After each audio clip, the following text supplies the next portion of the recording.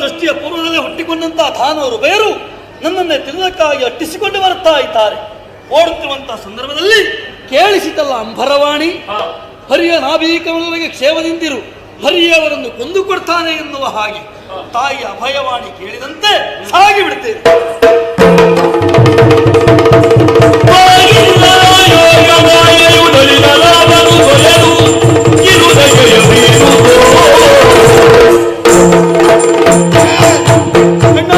ಸಿಕ್ಕಿದ್ದು ಕೊಡು. ಯಾರೆಲ್ಲ ಉಂಟಾ? ಸಿಗ್ಲೇ ಇಲ್ವಾ? ನನಗೂ ಸಿಗ್ಲಿಲ್ಲ, ನಿನಗೂ ಸಿಗ್ಲಿಲ್ಲ. ಅಂತೂ ನಮ್ಮ ಕಣ್ಣು ತಪ್ಪಿಸಿಕೊಂಡಿತು. ಇವತ್ತು ಯಾಕೆ ಹೀಗಾಯ್ತು? ಹೋಯ್ತು, ತಪ್ಪಿಸಿಕೊಂಡು. ಸಿಗ್ಲಿಲ್ಲ ಒಂದು ಜೀವಿ, ಸಿಗ್ಲಿಲ್ಲ. ಕಾಣುವಂತ ಜಲರಾಶಿಯಲ್ಲಿ ಒಂದು ಜೀವಿ ಉಂಟು ಅಂತ ಆದ್ರೆ ಮತ್ತೊಂದಿರ್ಬೇಕಲ್ಲ, ಯಾಕಿರಬಾರದು? ಹಾಗಾಗಿ ಹುಡುಕಿದ್ರಾಯ್ತು. ಹುಡುಕಬೇಕು. ಬಾ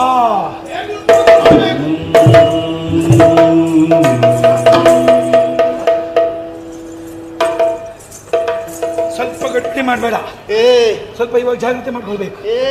ಅಣ್ಣ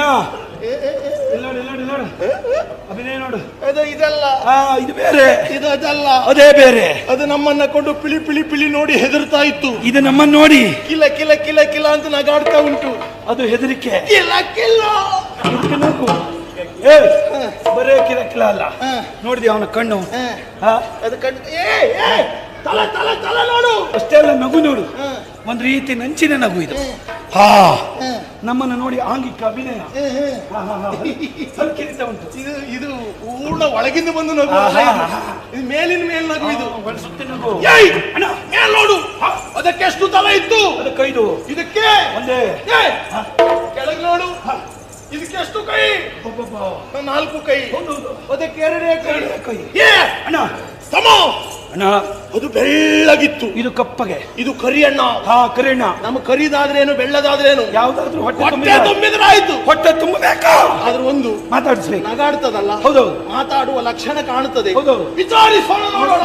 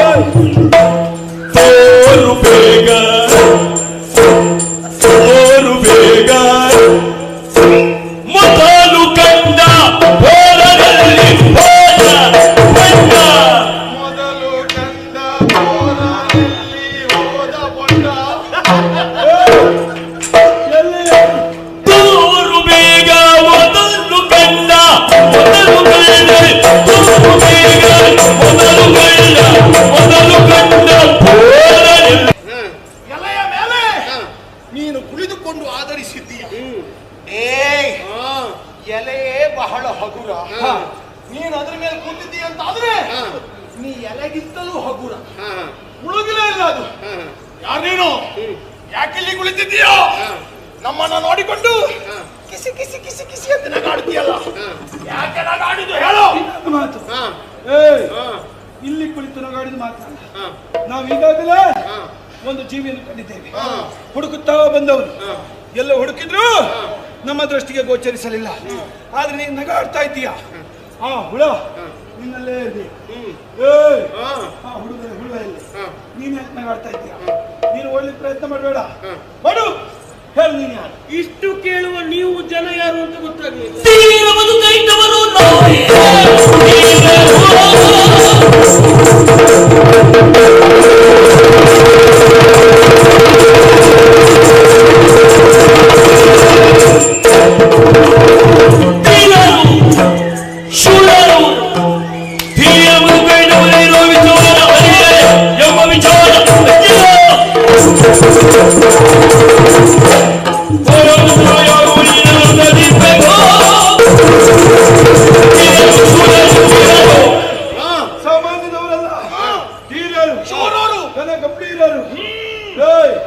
ಇದೆರಡು ನಮ್ಮ ಹೆಸರಂತ ಅಲ್ವಾ? ಮತ್ತೆ ಅಲ್ವೇ?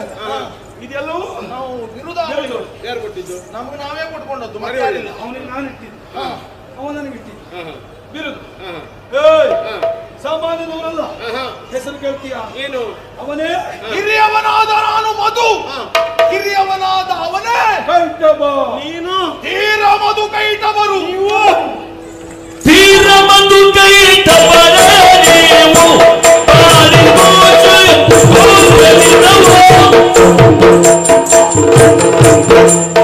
ತೀರರು ಶೂರರು ತೀರ ಮಧು ಕೈಟಬರೇ ನೀವು.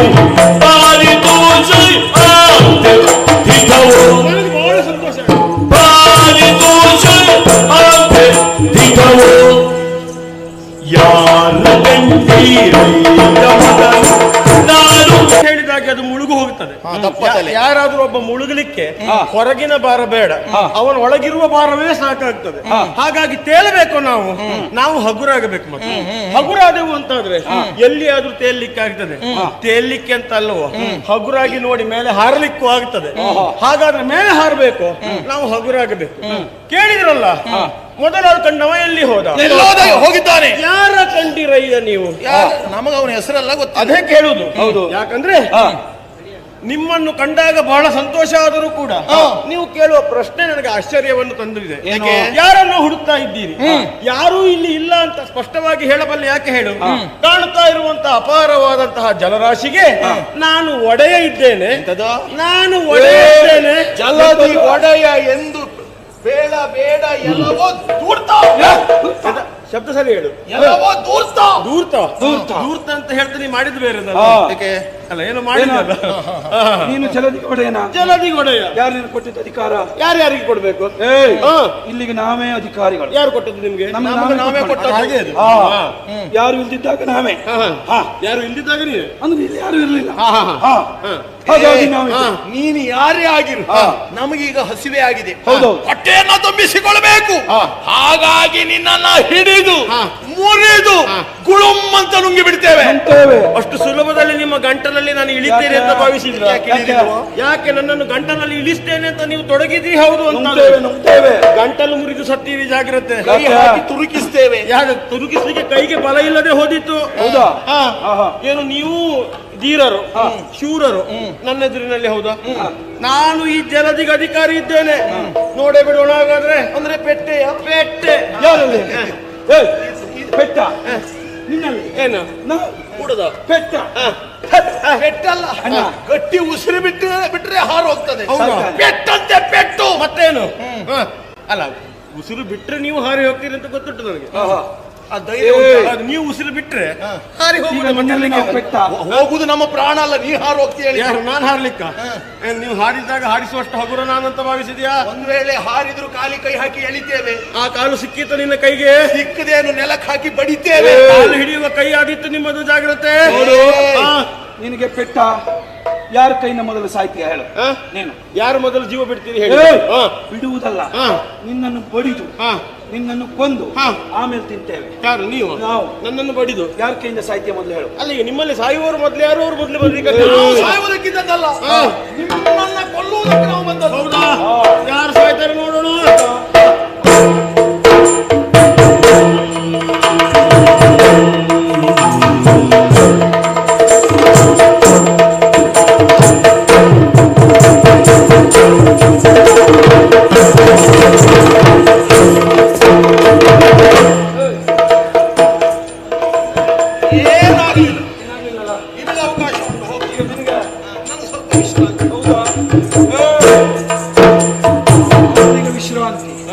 ನನ್ನ ಕೈಯಿಂದ ನೀನು ಸಾಯ್ತು. ನಿನಗೆ ಚಿರ ವಿಶ್ರಾಂತಿ.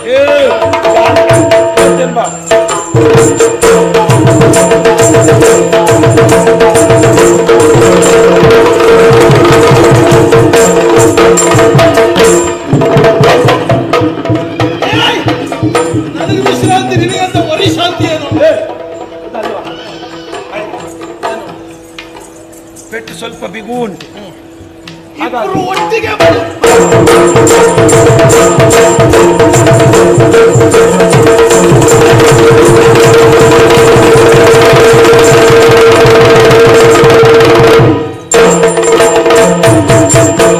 ಮೆಚ್ಚಿದ ನಿಮ್ಮ ಪೌರುಷಗೆ ಬಲು ಹೆಚ್ಚಿನ ತೋಳ ಸಾಹಸಗೆ ಆಶ್ಚರ್ಯವಾಂತಿರ ಅಚ್ಚರಿದು ನೀನು ಅಚ್ಚರಿಯಾಗಬಹುದು ಸಂಗರದೇ. ಬಹಳ ಸಂತೋಷ ಆಯ್ತು. ನಾವು ಪೆಟ್ಟಿದ್ರೆ ನಿನಗೆ ಸಂತೋಷ ಆಗ್ತದಲ್ಲ. ಹೋರಾಟ ಮಾಡುವುದಕ್ಕೆ ತೊಡಗಿ ಸಮಯ ಎಷ್ಟಾಯ್ತು? ಬಹಳ ಕಾಲ ಆಯ್ತು. 5,000 ವರ್ಷಗಳೇ ಕಳೆದು ಹೋದವು. ಇಷ್ಟು ಬೇಗ? ಹೌದೌದು. ಚಿತ್ತ ಸಮಯ ಹೋದತೆ ಗೊತ್ತಾಗ್ಲಿಲ್ಲ ನಿಮ್ಗೆ ಯಾರಿಗೂ? ನಾವು ಈಗಷ್ಟೇ ಪ್ರಾರಂಭಿಸಿದ್ದೇವೆ ಅಂತ ಮಾಡ್ಕೊಂಡಿದ್ದೇವೆ. ಸಮಯ ಯಾಕೆ ಹೆಚ್ಚಾಯ್ತು. ಗೊತ್ತುಂಟು? ಹಾ. ತೊಡಗುವಾಗ ಸ್ವಲ್ಪ ತಡ ಆಗಿದೆ ಅಲ್ವಾ, ಹಾಗಾಗಿ ಹೋದದ್ದು ಗೊತ್ತಾಗ್ಲಿಲ್ಲ ನನಗೆ. ಹಾಗಾಗಿ ಆದ್ರೆ ಮೆಚ್ಚಿದೆ ನಿಮ್ಮ ಸಾಹಸಕ್ಕೆ. ಬೆಚ್ಚಿದ್ದ ಬೆಚ್ಚಿದ್ದ ಯಾಕೆ ಹೇಳು? ಯಾವುದಕ್ಕೆ? ಹೆಚ್ಚಿರುವುದರಿಂದ ನಿಮ್ಮಲ್ಲಿ. ಹಾಗಾಗಿ ಹಾ. ನೀನು ಬೆಚ್ಚಿದೆ. ಹಾ, ನಿಮ್ಮಲ್ಲಿ ಹೆಚ್ಚಿರುವುದರಿಂದ ನಾನು ಮೆಚ್ಚಿದ್ದೇನೆ, ಸರಿ. ಸಂತೋಷಗೊಂಡಿದ್ದೇನೆ.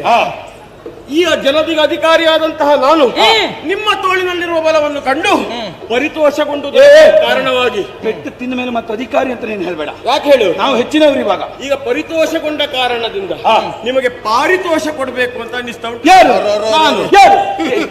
ಏನ್ ಬೇಕು ಕೇಳಿ ಕೇಳಿ. ಈಗ ನಮ್ಮ ಕೈಯಲ್ಲಿ ಪೆಟ್ಟು ತಿಂದ ದೀವ, ಇವ ಪಾರಿತೋಷಕ ಕೊಡ್ತಾನಂತೆ. ಸೋತು ಸುಣ್ಣಾದ ದೀವ, ಸಾಯುವ ಸ್ಥಿತಿಯಲ್ಲಿದ್ದ ದೀವ. ಓ ಇವ ಇವ ನಮಗೆ ಪಾರಿತೋಷಕ ಕೊಡು. ಕೊಡುವವರು ಯಾರು? ನಾನು. ಹೆಚ್ಚಿನವರು. ಹೌದು ಹೆಚ್ಚಿನವರು ಕೊಡ್ಬೇಕಾದ್ದು. ಹೌದು. ಪಡೆಯುವವರು ಯಾರು? ಕಡಿಮೆ ಇದ್ದವರು. ಹಾಗಾದ್ರೆ ಕಡಿಮೆ ಯಾರಲ್ಲಿ? ಈಗ ನಾನು ಅಧಿಕಾರಿ, ನೀವು ಅಧಿಕಾರಿ ಅಂತ ಮತ್ತೆ ಹೇಳಲಿಕ್ಕಿಲ್ಲ. ಈಗ ನಿರ್ಣಯ ಆಗಿದೆಯಲ್ಲ ಹೋರಾಟದಲ್ಲಿ, ನಾವು ಹೆಚ್ಚು ನೀವು ಕಡಿಮೆ ಅಂತ. ಹಾಗಾದ್ರೆ ನಾ ಕೊಡುದು ನೀವು ತಕೊಳ್ಳುದಿಲ್ಲ. ಈಗ ನೀನು ಕೊಟ್ಟು ದೊಡ್ಡ ಸಂಗತಿ ಆಗುವುದು ಬೇಡ. ನಾವು ಕೊಟ್ಟು ನಾವೇ ದೊಡ್ಡ ಸಂಗತಿ ಆಗ್ತೇವೆ. ಕೊಡುಗೈ ದಾತಾರರು ನಾವು, ಬೇಡುವ ದರಿದ್ರ ನಿನಗೆ. ಕೊಡುವ ಕೈ ನೀವು ದೊಡ್ಡದು, ಈ ಕೈ ದೊಡ್ಡದು. ಆಗಸ ನೋಡಿದ ಕೈ ಅಲ್ಲ. ನೀನು ಕಡಿಮೆ ಅವ ಬೇಡಬೇಕು. ನೀನು ಬೇಡ, ನಾವು ಕೊಡ್ತೇವೆ.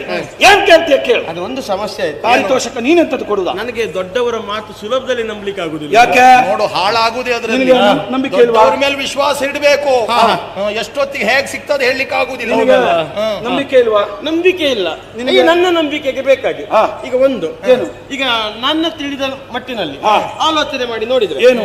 ಕೈ ತಟ್ಟಿ ಭಾಷೆ ಕೊಟ್ರೆ ಯಾಕೆ ನಾನು ಕೇಳ್ತೇನೆ, ಕೊಡುವುದಿಲ್ಲ ಅಂತ ನೀವು ಹೇಳಿದ್ರೆ ಮತ್ತೆ ಎಂತದ? ನಾನು ಕೇಳಿದ್ದು ಕೊಡುವುದಿಲ್ಲ ಅಂತ ನೀವು ಹೇಳಿದ್ರೆ ನೀವು ನಾವ ಕೇಳಿದ್ರೆ ಏನು ಕೇಳಿಯ? ಈವಾಗಲೂ ಇನ್ನೊಂದು ಗಳಿಗೆಯಲ್ಲಿ ನಮ್ಮ ಹೊಟ್ಟೆಯಲ್ಲಿ ಆಹಾರವಾಗುವ ನೀನು ನೀನ್ ಏನ್ ಕೇಳ್ತೀಯ? ಕೇಳ. ಕೈ ತಟ್ಟಿ ಭಾಷೆ ಕೊಡ್ಬೇಕು. ಹಾಗಾಗಿ ನೀವು ಕೊಡ್ತೀರಿ ಹೌದು ಅಂತಾದ್ರೆ ನನಗೆ ಕೈ ತಟ್ಟಿ ಭಾಷೆ ಕೊಡ್ಬೇಕು. ಕೊಡ್ತೇವೆ ಕೊಡ್ತೇವೆ ಕೊಡ್ತೇವೆ ಕೊಡ್ತೇವೆ ಕೊಡ್ತೇವೆ ಕೊಡ್ತೇವೆ ಕೊಡ್ತೇವೆ. ಒಳ್ಳೆ ಪಟ್ಟಿನ ಕೈ ಕೊಡ್ತೇವೆ. ಕೇಳ. ಪೆಟ್ಟಿನ ಕೈ ಹೌದು. ತಟ್ಟುವಾಗ ಗೊತ್ತಾಯ್ತು ಅಂತ.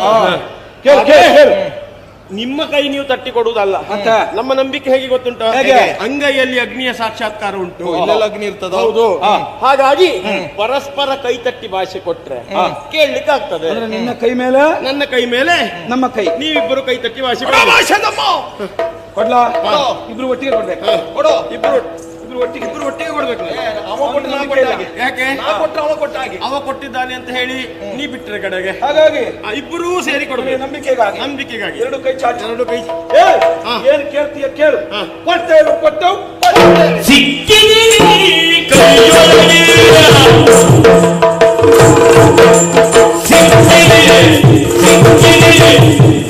ಕೈಯೊಳಗೆ ಕೈಯೊಳಗೆ ಬಲು ಅಗ್ಗದ ಕಲಲೆಗೆ ಬಲು ಅಗ್ಗದ ಕಲಲೆಗೆ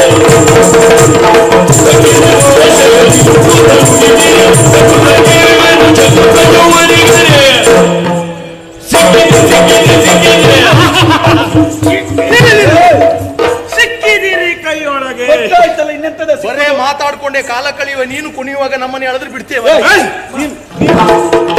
ಒಳ್ಳೆ ಕುಣಿತ. ಎಂತದ್ದು ಒಂದು ನೆನ್ಪಿಟ್ಕೋ, ಏನ ನಾನು ಕುಳಿತು ಮಾತಾಡ್ತೇನೆ, ಕುಣಿದು ಮಾತಾಡ್ತೇನೆ. ಅಯ್ಯಪ್ಪ. ಕುಳಿತಾಗ ಎಷ್ಟು ಮಾತಾಡ್ಬೇಕು, ಕುಣಿದಾಗ ಎಷ್ಟು ಮಾತಾಡ್ಬೇಕು ತಿಳಿದು ಮಾತಾಡ್ತೇನೆ, ಗೊತ್ತಿರಲಿ. ನೋಡ್ದೆ ನೀನು ಕುಳಿತಾವಾಗ ಅದು ಮುಳುಗದೆ ಇದ್ದಾವಾಗಲೇ ಗೊತ್ತಾಯಿತು ನಿನ್ನ ಮಾತಿನಲ್ಲಿ ಭಾರ ಇಲ್ಲ ಅಂತ. ಈಗ ಬಾರ ಏನು ಅಂತ ತೋರಿಸಿ. ನಾವು ಕೊಟ್ಟ ಮೇಲೆ ಭಾರ ಹೆಚ್ಚಾಯ್ತಾ? ಹೌದಾ? ಕೊಡ್ತೀರಲ್ವಾ? ಕೊಡ್ತೇವೆ. ಕೊಡ್ತೀರಿ. ಕೇಳು. ಕೊಡುವುದು ಹೌದಾದ್ರೆ ನಿಮ್ಮ ಜೀವ ಕೊಡಿ. ಸರಿ. ಏನು ಮಕ್ಕಳಾಟ ಅಂತ ಭಾವಿಸಿದ್ದೀರೋ? ಭಗವಂತನಿಗೆ ಇಷ್ಟವಾಗುವ ಕ್ರಿಯೆ ಯಾವುದು ಕೇಳಿದ್ರೆ ನುಡಿದಂತೆ ನಡೆಯುವುದು, ನಡೆದಂತೆ ನುಡಿಯುವುದು. ಅದಕ್ಕೆ ಭೇದ ಇಲ್ಲ ಅಂತಲೇ ಕಾಲ ಬೆರಳನ್ನು ಬಾಯಲ್ಲಿ ಚೀಪುತ್ತಾ ಮಲಗುವುದು ನಾನು. ಅದು ಜಗತ್ತಿಗೆ ಅರ್ಥವಾಗಬೇಕು ಅಂತಾದ್ರೆ ನನ್ನದೇ ಕಾರಣದಿಂದ ಸಂಜನಿಸಿದರು ನೀವು ದುಷ್ಟರಾಗಿಯೇ ಮುಂದುವರಿಯುವುದು ಹೌದು ಅಂತಾದರೆ ಆ ದುಷ್ಟರ ನಾಶಕ್ಕಾಗಿ ದೈವ ಎನ್ನುವುದು ಬಂದೇ ಬರ್ತದೆ. ಆ ದೈವ ಕಾಲವನ್ನರಿತು ದುಷ್ಟನಾಶವನ್ನು ಮಾಡೇ ಮಾಡ್ತದೆ ಎನ್ನುವುದನ್ನು ತೋರಿಸಿಕೊಡುವುದಕ್ಕೆ ಬೇಕಾಗಿ ನೀವು ದೌಷ್ಟ್ಯದಿಂದ ಮುಂದುವರಿದ ಕಾಲಕ್ಕೆ ನಿಮ್ಮ ನಾಶಕ್ಕೆ ಮುಂದಾದವ. ಆ ಕಾಲಕ್ಕೆ ಸುಜ್ಞಾನ ಮರೆದೋರಿ ನನ್ನಲ್ಲಿ ಪ್ರಾರ್ಥಿಸ್ತಾ ಇದ್ದೀರಿ ನೀವು. ಈಗ ನೀವ್ಯಾರು ಏನು ಎನ್ನುವ ಸ್ಪಷ್ಟತೆ ನಿಮಗೆ ಅರ್ಥ ಆಗುತ್ತಾ ಉಂಟು. ನಿಮ್ಮೆಲ್ಲರ ಅಗತ್ಯ ನನಗುಂಟು. ಯಾಕಂದ್ರೆ ಜಗತ್ತಿನಲ್ಲಿ ಮಹಾರಂಗವನ್ನು ನಡೆಯುವುದಕ್ಕುಂಟು. ಆ ಮಹಾರಂಗಕ್ಕೆ ಬೇಕಾದ ಪೂರ್ವರಂಗವೊಂದರ ಸಿದ್ಧತೆ ಆಗುತ್ತಾ ಉಂಟು. ಆ ಪೂರ್ವರಂಗಕ್ಕೆ ಬೇಕಾಗಿಯೇ ನಿಮ್ಮೆಲ್ಲರ ಸೃಷ್ಟಿಯೇ ಮಕ್ಕಳೇ. ಹಾಗಾಗಿ ಲೋಕದಲ್ಲಿ ದುಷ್ಟರ ನಾಶಕ್ಕಾಗಿ ಭಗವಂತ ಯಾವ ಸ್ವರೂಪದಲ್ಲಾದರೂ ಬರ್ತಾನೆ. ದೌಷ್ಟ್ಯ ಎನ್ನುವುದು ನಿಂತು ಕಾಲಕ್ಕೆ ಅದರ ನಾಶವನ್ನು ಮಾಡುವುದಕ್ಕಾಗಿ ಯಾವ ರೂಪದಲ್ಲಿ ಆದರೂ ಕಾಣಿಸ್ತೇನೆ ಎನ್ನುವುದಕ್ಕಾಗಿ ತಪ್ಪು ಮಾಡಿದವರು ನನ್ನವರೇ ಆಗಿರಲಿ, ನನ್ನ ಮಕ್ಕಳೇ ಆಗಿರಲಿ, ಅವರು ತನ್ನ ಮಕ್ಕಳು ಅಂತ ಸುಮ್ಮನೆ ಬಿಡುವುದಲ್ಲ, ಅವರ ನಾಶವನ್ನು ದೈವ ಮಾಡ್ತದೆ ಎನ್ನುವುದನ್ನು ಜಗತ್ತಿಗೆ ಪಾಠ ಕೊಡುವುದಕ್ಕೆ ಬೇಕಾಗಿಯೇ ನಿಮ್ಮ ಸೃಷ್ಟಿ, ನಿಮ್ಮ ಸಾವು ಮಕ್ಕಳೇ. ಹಾಗಾದ್ರೆ ವಿನಾಕಾರಣ ಸೃಷ್ಟಿ ಅಲ್ಲ, ಉದ್ದೇಶಪೂರ್ವಕವಾಗಿರುವಂತಹ ಸೃಷ್ಟಿ ಅಂತ ಆಯ್ತು. ಉಂಟೇ ಉಂಟು. ನಾವು ಸತ್ತರೂ ನಿಮ್ಮ ಹೆಸರು ಶಾಶ್ವತವಾಗಿರ್ತದೆ. ಸಂತೋಷ ಆಯ್ತು. ಹಾಗಾಗಿ ಇನ್ನೊಂದುಂಟು. ಏನು ಮಕ್ಕಳೇ? ನಾವು ದುಡುಕಿ ಬಿಟ್ಟೆವು ಸ್ವಾಮಿ. ನಿನ್ನ ಮಹಿಮೆಯನ್ನ ತಿಳಿಯದೇ ಹೋದಂತ ನಾವು ಬದುಕಬೇಕು ಎನ್ನುವ ಉದ್ದೇಶದಿಂದ ನಿನ್ನನ್ನು ಸಿಕ್ಕಿಸಿ ಹಾಕುವುದಕ್ಕಾಗಿ ಜಲ ಇಲ್ಲದ ಸ್ಥಳದಲ್ಲಿ ನಮ್ಮ ವಧೆ ಆಗಬೇಕು ಅಂತ ಕೇಳಿ ಒಟ್ಟು ನಿಮಗೆ ಧರ್ಮ ಸಂಕಟವನ್ನು ಕೊಟ್ಟೆವು ಸ್ವಾಮಿ. ಖಂಡಿತವಾಗಿ ಇಲ್ಲ ಮಕ್ಕಳೇ.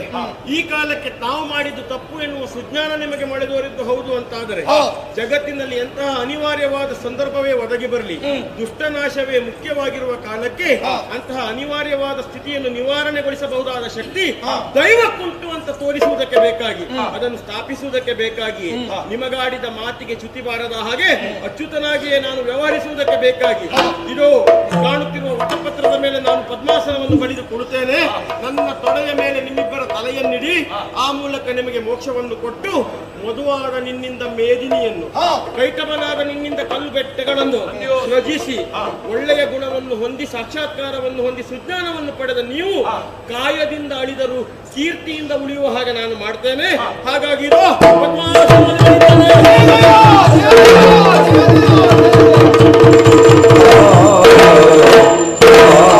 ಲೋಕ ವ್ಯವಸ್ಥೆಯನ್ನು ಕಾಪಾಡುವುದಕ್ಕೆ ಬೇಕಾಗಿ ಲೋಕದಲ್ಲಿ ಬರಬಹುದಾದಂತಹ ವಿವಿಧ ವಿವಿಧ ಜೀವಿಗಳನ್ನು ತಮ್ಮ ಬದುಕನ್ನು ನಡೆಸುವುದಕ್ಕೆ ಬೇಕಾಗಿ ಈ ರಂಗವೇದಿಕೆಯನ್ನು ಸಿದ್ಧಗೊಳಿಸ್ತೇನೆ. ಕೈಯಲ್ಲಿ ಸೂತ್ರ ಹಿಡಿದು ಅಕುಂಠಿತವಾದಂತಹ ವೈಕುಂಠದಲ್ಲಿಯೇ ಕುಳಿತು ಸೂತ್ರವನ್ನು ಆಡಿಸ್ತಾ ಅಗತ್ಯ ಬಿದ್ದಾಗ ಬೇಕಾದರೆ ಪಾತ್ರವಾಗಿ ಬರಬೇಕು ಅಂತ ಆಲೋಚಿಸುತ್ತಾ ವೈಕುಂಠವನ್ನು ಸೇರಿಕೊಳ್ತೇನೆ.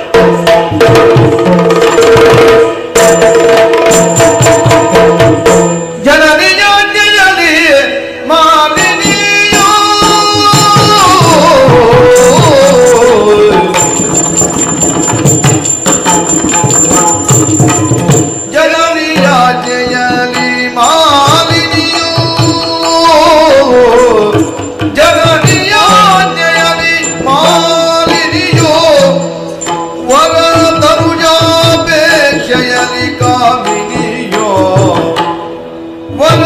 ತನುಜಾಪೇಕ್ಷೆಯಲಿ ಕಾಮಿನಿಯೋ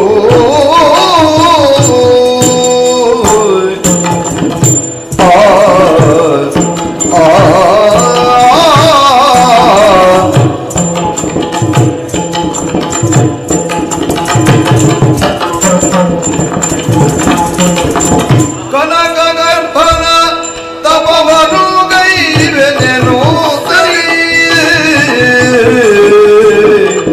ಕನಕಗರ್ಭನ ತಪವನು ಗೈವೆಯನು ತಲಿ ವನಕ್ಕಾಗಿ ನಡೆತಂದು ಮನದಿಯೋಚಿಸಿದಳು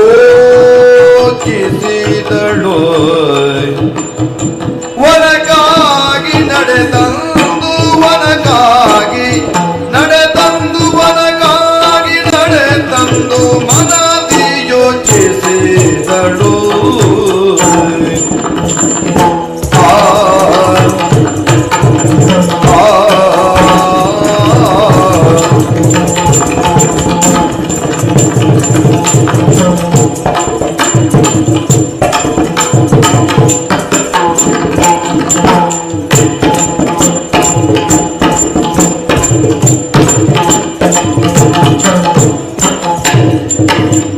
ಕನಕಗರ್ಭನ ತಪವನು ಕೈವೆನೆನು ತಲಿ ವನಕ್ಕಾಗಿ ನಡೆತಂದು ಮನದಿ ಯೋಚಿಸಿದಳು ಜನನಿಯಾಜ್ಞೆಯಲಿ ಸ್ವಾಮಿನಿಯೂ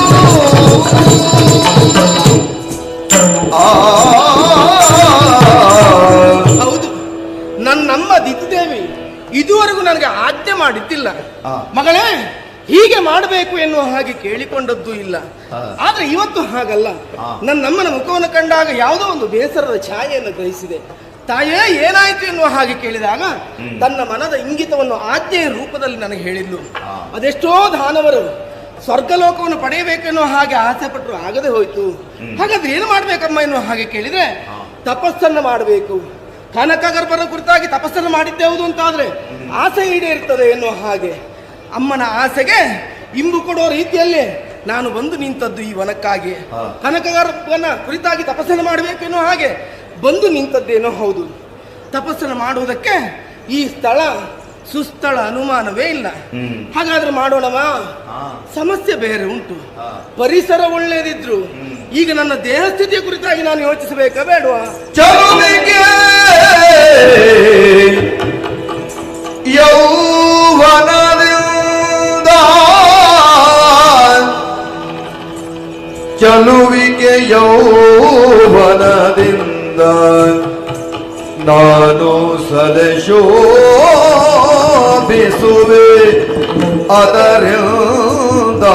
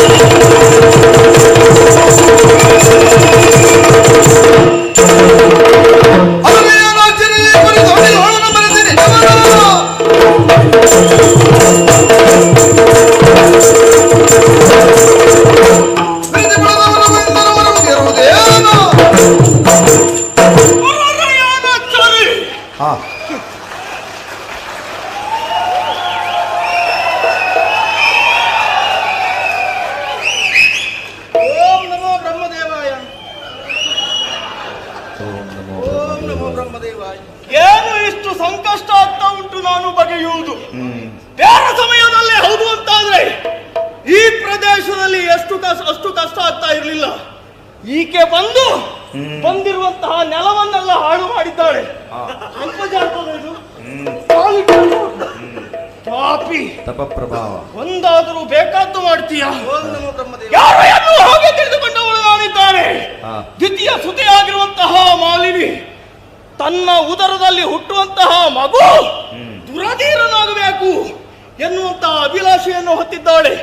ಮಕ್ಕಳನ್ನ ಪಡೆಯಬೇಕು, ಸಂತಾನವನ್ನ ನಮ್ಮದಾಗಿಸಿಕೊಳ್ಳಬೇಕು ಎನ್ನುವಂಥದ್ದು ಆಸೆ. ಇದು ಹಾಗಲ್ಲ, ಅತಿಯಾದಂತಹ ಆಸೆ. ಈ ತಪಸ್ಸನ್ನು ಆಚರಿಸಿ ವೀರಾದಿ ವೀರನನ್ನು ಪಡೆದು ಜೊತೆಯಲ್ಲಿ ಆತ ದೇವಲೋಕವನ್ನ ವಶಪಡಿಸಿಕೊಳ್ಳುವಾತನಾಗಬೇಕು ಎನ್ನುವಂತ ಅಭಿಲಾಷೆಯನ್ನು ಹೊತ್ತಿದ್ದಾಳೆ. ಹೊತ್ತಿದ್ದು ತಪ್ಪಲ್ಲ, ಆದರೆ ಇದರಿಂದ ಅವಳಿಗೆ ಅವಮಾನ ಅಲ್ಲ, ಬರೇ ನನಗಲ್ಲ.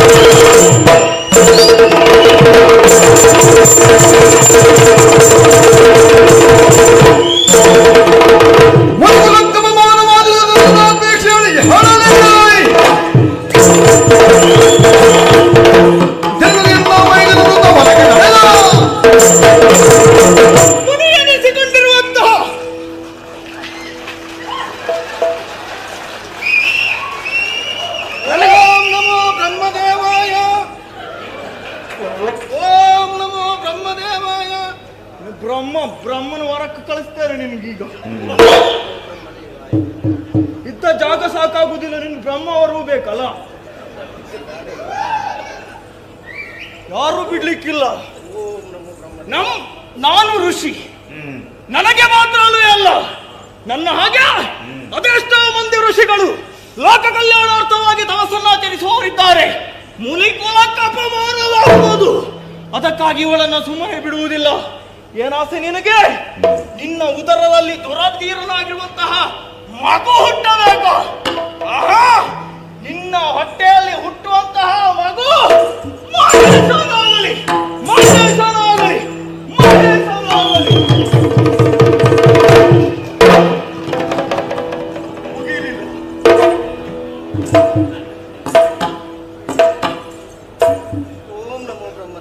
ನಾನು ಕೇವಲ ಶಾಪವನ್ನು ಕೊಟ್ಟದ್ದು. ನನ್ನ ಹಿಂದೆ ಮತ್ತೊಬ್ಬ ಬರಲಿಕ್ಕಿದ್ದಾನೆ. ಅವ ಬಂದು ನಾ ಕೊಟ್ಟಿರುವಂತಹ ಶಾಪಕ್ಕೆ ಪರಿಹಾರವನ್ನು ಕೊಡುವುದಕ್ಕಿದ್ದಾನೆ. ಅದಾಗಬಾರದು. ಅದಕ್ಕಾಗಿ ದೀರ್ಘಕಾಲದವರೆಗಾಗಿ ತಪಸ್ಸನ್ನಾಚರಿಸಿರುವಂತಹ ಬಲ, ಅದರಿಂದ ನಾ ಕೊಟ್ಟಿರುವಂತಹ ಶಾಪಕ್ಕೆ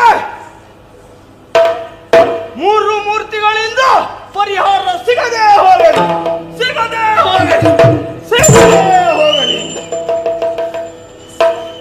ಪ್ರದೇಶ ಏನೋ ಚೆನ್ನಾಗಿದೆ, ಬೇರೆಯವರಿಂದ ಹಾಳಾಗಿದೆ. ಇಂತಹ ಸ್ಥಳ ನಮಗೆ ಬೇಕಾ? ವಿಶಾಲವಾದಂತಹ ಪ್ರದೇಶದಲ್ಲಿ ಯಾವುದು ಸೂಕ್ತವಾದುದು ಎನ್ನುವ ಹಾಗೆ ಬಗೆದು ಆ ಸ್ಥಳವನ್ನು ಆಯ್ಕೆ ಮಾಡಿ ತಪಸ್ಸನ್ನಾಚರಿಸ್ತೇನೆ.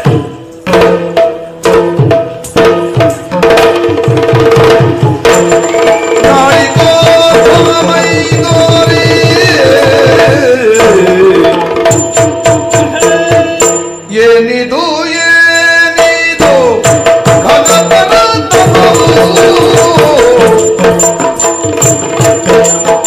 ಏನಿದು ಏನಿದು ಘನತನ ತಪವು, ಮಾನಿನಿ ಮಣಿಯೇನಿ ಬಳಲಿದೆ ದಿಟವು, ಮಾನಿನಿ ಮಣಿಯೇನಿ ಬಳಲಿದೆ ದಿಟವು.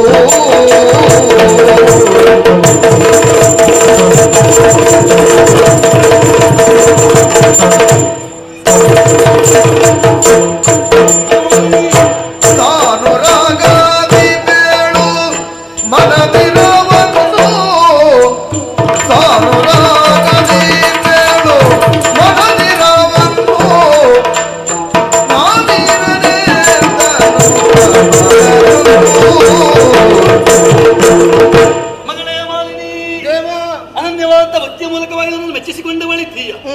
ಭಕ್ತಿ ವೆಚ್ಚ ಮೈದಾರಿದವನಿದ್ದೇನೆ. ಮನದ ವಾಂಚೆ ಏನು ಎನ್ನುವ ಹಾಗೆ ಕೇಳಿಕೊಂಡೆ ಅಂತ ಆದ್ರೆ ಪೂರೈಸಿಕೊಡ್ತೇನೆ. ಒಲಿದೆಯಾ ದೇವ? ಕರುಣ ಸಾಗರ ದೇವ ಪರಮೇಶಿ ಕೇಳಯ್ಯ. ಕರುಣ ಸಾಗರ ದೇವ ಪರಮೇಶಿ ಕೇಳಯ್ಯ. ಹರುಷದಿಂದಲಿ ಮನದಿರವ, ಹರುಷದಿಂದಲಿ ಮನದಿರವ. ದುರಧೀರನಾಗಿಗ ತರಳನ ಬಯಸಿ ನಾನ, ದುರಧೀರನಾಗಿಗ ತರಳನ ಬಯಸಿ ವಿರಚಿಸಿದೆನು ಘೋರ ತಪವನ. ಒಲಿದೆಯಾ ದೇವ? ಹೌದು. ನೀನು ಒಲಿಯಬೇಕು ಎನ್ನುವ ಕಾರಣಕ್ಕಾಗಿ ಈ ರೀತಿಯಾದಂತಹ ಘೋರ ತಪಸ್ಸನ್ನು ಮಾಡಿದವಳು ನಾನಿದ್ದೇನೆ. ಸರಿ. ಈ ಹೊತ್ತಿಗೆ ನೀನು ಒಲಿದಿದ್ದೆ ಅಂತ ಆದ್ರೆ ನನ್ನ ಆಸೆ ಕೈಗೂಡ್ತದೆ ಎನ್ನುವುದರಲ್ಲಿ ಯಾವ ಅನುಮಾನವೂ ಇಲ್ಲ. ದೇವ, ನನಗೆ ವರವನ್ನು ಕೊಡಬೇಕು ಎನ್ನುವ ಹಾಗೆ ಕೇಳ್ತೇನೆ. ಅದು ಯಾವ ರೀತಿಯ ವರ ಗೊತ್ತಾ? ಯಾವ ರೀತಿ? ತೀರನಾಗಿರುವಂತ ಸುರಲೋಕವನ್ನೇ ಗೆಲ್ಲುವಂತಹ ಸಾಮರ್ಥ್ಯ ಇರುವಂತ ತರಳನನ್ನ ಬಯಸಿ ನಾನು ತಪಸ್ಸನ್ನು ಆಚರಿಸಿದ್ದೇನೆ. ಒಂದು ಅನುಗ್ರಹಿಸಬೇಕು ದೇವ, ಅನುಗ್ರಹಿಸಬೇಕು. ಕೊಟ್ಟೆನು ಮಗಳೇ ಸಂಶಯವಿಲ್ಲ ನಿನ್ನಲಿ. ಕೊಟ್ಟೆನು ಮಗಳೇ ಸಂಶಯವಿಲ್ಲ ನಿನ್ನಲಿ. ಕೊಟ್ಟುವ ವೀರ ದಿವೀರ ತಟ್ಟಿದು ಮುನಿ ಶಾಪ. ಕೊಟ್ಟುವ ನಿನ್ನಲಿ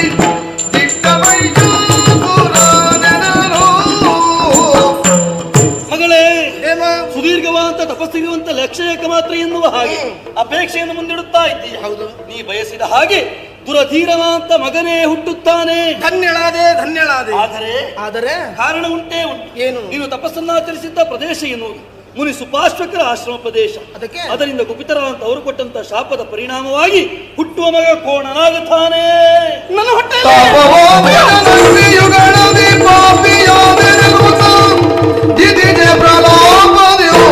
ಹೊರಡಿದಳು. ದೇವ, ಜನನಿಯಂದು ದಕ್ಕೆ ಬಂದಿನಯ್ಯೋ ವಿಧಿಯೇ.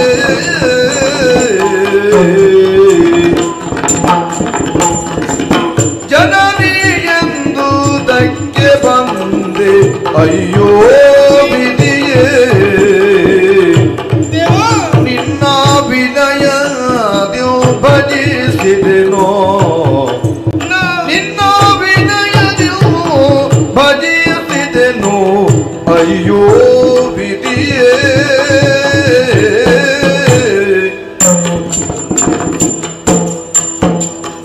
ಮುನಿಯ ಶಾಪ ತಟ್ಟಿದಲ್ಲೂ ಅಯ್ಯೋ ವಿಧಿಯೇ.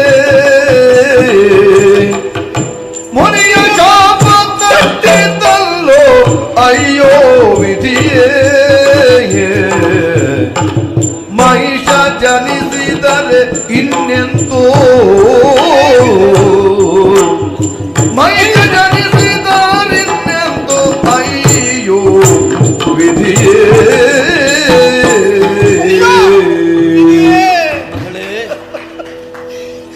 ಏನಿದು?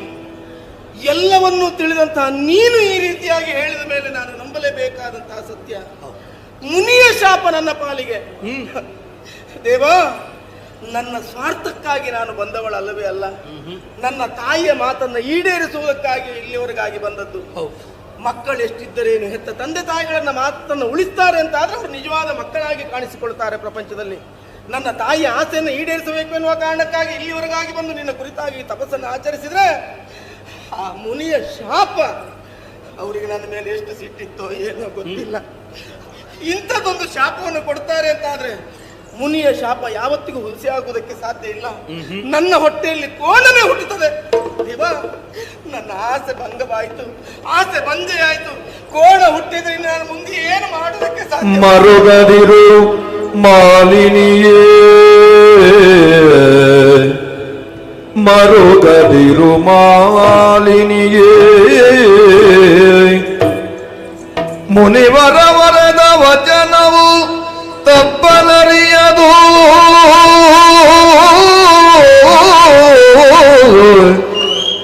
ಮುನಿವರ ನೊರೆದ ವಚನವು ತಪ್ಪಲರಿಯದು.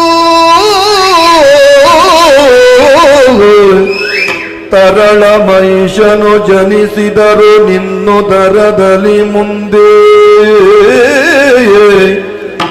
ತರಳ ಮಹಿಷನು ಜನಿಸಿದರು ನಿನ್ನುದರದಲ್ಲಿ ಮುಂದೆ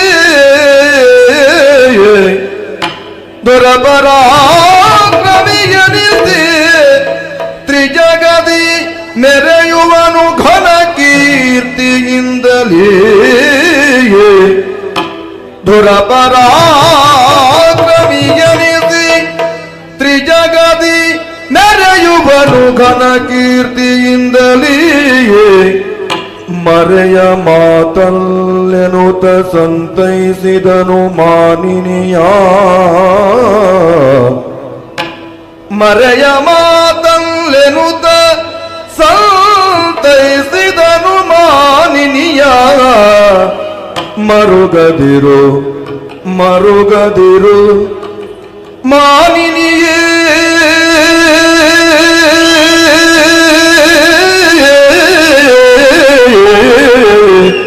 ಮರುಗದಿರು ಮಾನಿನಿಯೇ ಆ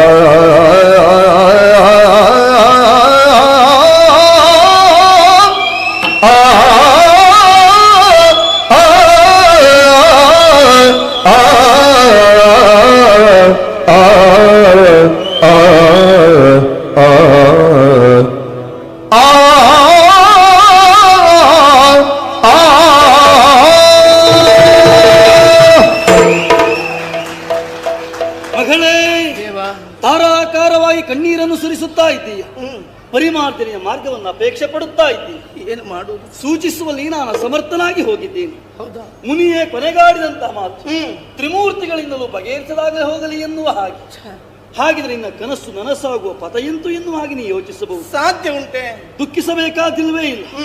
ಬಾಯಾರದೊಬ್ಬನಿಗೆ ಕೆರೆಯ ನೀರಾದರೇನು ತೊರೆಯ ನೀರಾದರೇನು.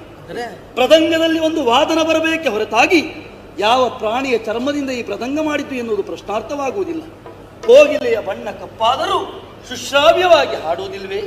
ಲೋಕದಲ್ಲಿ ಹಾಗೆ ಮಾಡುವ ಕಾರ್ಯವೇ ಪ್ರಧಾನ ಹೊರತಾಗಿ ಕಾರ್ಯ ಎನ್ನುವುದಲ್ವೇ ಅಲ್ಲ. ನಿನ್ನ ಮಗ ಕೋಣನೇ ಆದರೂ ಜಾಣನಾಗುತ್ತಾನೆ. ಹೆಚ್ಚೇನು ಮತ್ತೆ ತ್ರಿಜಗವನ್ನು ಗೆಲ್ಲುವಂತ ಸಾಮರ್ಥ್ಯ ವೈಶಿಷ್ಟ್ಯತೆ ಬರ್ತದೆ. ಶುಭವ.